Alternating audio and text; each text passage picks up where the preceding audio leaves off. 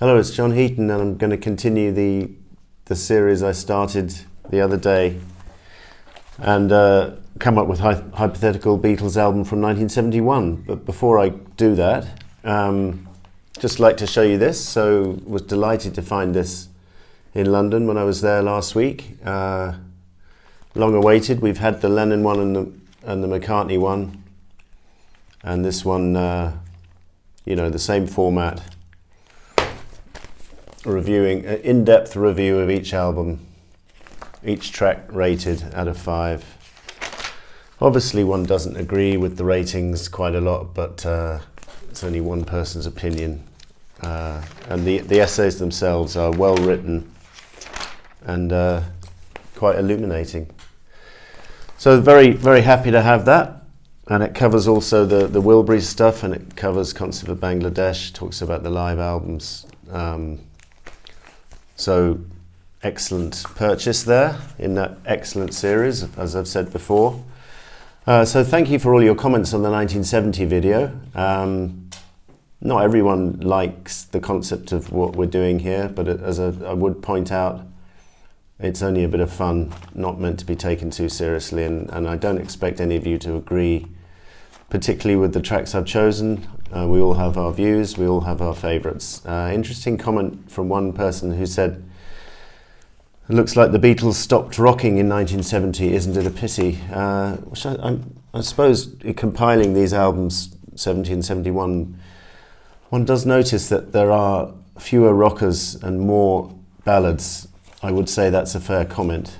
So I've tried to include some upbeat numbers, because otherwise it could quite easily be an album of slower material, which wouldn't really be in keeping with the Beatles' reputation or image or whatever you want to call it. And I seem to remember Abbey Road was accused of not rocking hard enough, and John Lennon himself said it had no life, but he was notoriously non-complimentary about his own work, solo and group-wise. So as with the last one, several songs which you might be surprised are not on the album. Some songs kind of disqualified themselves because of the lyrical content, maybe being aimed at each other. Some Paul songs aimed at the other Beatles, or obviously How Do You Sleep is not going to make the album, because that's too. You wouldn't hear the Beatles recording that track for sure. No live stuff from Concert for Bangladesh, although it is interesting to speculate that if the Beatles had stayed together, then they probably all would have been at that concert, and that would have been a live concert recording of the Beatles, because George and Ringo were there, and he did invite John and Yoko. Sorry, he did invite John, but not Yoko, and hence John didn't go, and he did invite Paul. So it's not even completely in the realms of fantasy to say that that could have been a reunion concert, but it wasn't. But anyway, back to Fantasyland. And 1971, well, I'm going to kick off the album with Give Me Some Truth. The superb opener to side 2 of the Imagine album, and George Harrison obviously contributes the sublime solos. It was an obvious choice for inclusion on here. Just a storming number and a great opener. I followed that with Behind That Locked Door from George. I don't know if I said, but one I think is going to have to be a little flexible as we go through the 70s in terms of recording stuff from the previous year on occasions, or recording stuff which maybe was released the following year but recorded in the current year. Particularly as we get to 72, we're going to have to do quite a bit of that, I think. 71, we're having to do that with George because he didn't put out an album in 71, and All Things Must Pass had come out the back end of 70. So I think it's pretty normal to have included some George tracks from All Things Must Pass on here, and that would be that superb ballad Behind That Locked Door, which is about Bob Dylan, the lyrics, I think, would follow Give Me Some Truth really nicely, I think. And the eagle-eyed amongst you will notice that Yes, it is. The album opens with the Lennon track followed by a Harrison one, which is exactly how my 1970 album started, and it's also exactly how Abbey Road starts. So that's quite interesting. Followed that up with Paul's first song, Eat at Home, from the Ram album. I just feel that that's the kind of song which I can imagine John and George grooving to. As I say, some of the Ram songs disqualify themselves, such as Three Legs, because of the lyrical content. But I think this one is, it's a nice Buddy Holly style rocker. And I'm not sure if John's on record saying he likes this track, but I'm pretty sure he would have liked it. George too. Ringo was not complimentary about Ram at the time, but one thinks he may have mellowed his views since. And then I followed Eat at Home with Ringo's superb single, It Don't Come Easy, which again is almost a Beatles track anyway, because George is contributing the production and the superb solo and the guitar work. It's a natural inclusion here. It could have gone on the 1971 because it was finished up in October 1970, but I put it on here as the Ringo contribution to this hypothetical Beatles album. Then I followed that with Imagine, the title track from John's 71 album of the same name. It had to go on here. I'm not sure whether it should be buried in the middle of side one like I've put it, but I couldn't have every side opener open a side here or close a side in the same way as they did on the original album, so I've had to put it in the middle of side one here, which and then I followed it up with Paul's classic Heart of the Country. I'm not quite sure what instrumentation the other Beatles would have provided here.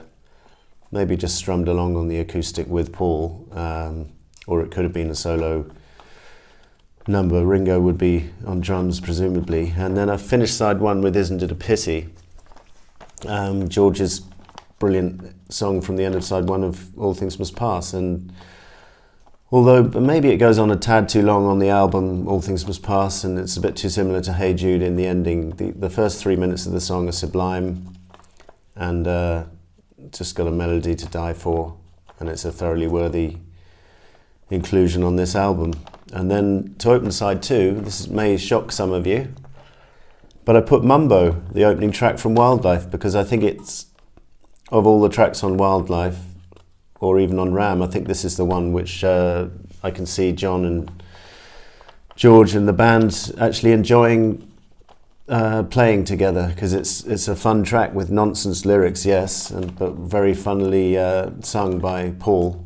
And I can imagine them having a bit of a riot on here, and obviously I'm just in the middle of enjoying the Wildlife Red Rose Speedway reissue, so those albums are at the forefront of my mind, and I thought of putting a track like Some People Never Know on here, but I've ended up putting Mumbo on because I think John would have approved of that song more than the ballad. So, next track we have George, Deep Blue, superb B-side to Bangladesh, better than the A-side in my opinion, just a beautiful track. Lovely guitar, and written about his mother who just recently passed away, and this was written about the illness and how it got him deep blue. Very sad lyrics, but very beautiful tune and a worthy track for here. And then we followed that up with Monkberry Moon Delight from Ram, and one of the comments on my previous video told me that John was, when he did a guest spot on New York City radio, he asked if the DJ could play this track. So that's great to hear that he's a fan of that track, because he obviously was a bit dismissive of Ram at the time. And this is just the kind of track which Lennon would have loved to have been involved in, I think. And I think they could have, done some good backing vocals, maybe slightly differently to how Linda does them on the Ram album. And then we've got It's So Hard from Lennon. Again, I'm trying to include some more upbeat tracks, and it's not everyone's favourite on the Imagine album, but I think it's a superb track. And the Imagine box set which has come out has a superb outtake of this track and a good mini documentary on how it's made. And it's just, that guitar entry at the beginning is just brilliant, the double guitar. And it's a highlight of the Imagine album for me, and hence its inclusion here. Next we have another song from All Things Must Pass from George, I'd Have You Any Time, co-written with Bob Dylan. I think George wrote the verse and Dylan wrote the chorus, if I remember rightly. Beautiful chord changes, using the major 7th chord quite a lot in this song, and I think he taught Bob a few chords as well along the way, and a worthy opener for All Things Must Pass, and great track to have on here on side 2. Then we continue with John's last contribution to the album, Power to the People, the very powerful rocker single from 1971, and again on the Imagine release just now, a brilliant version of this song without the horns, where you can hear the piano more clearly.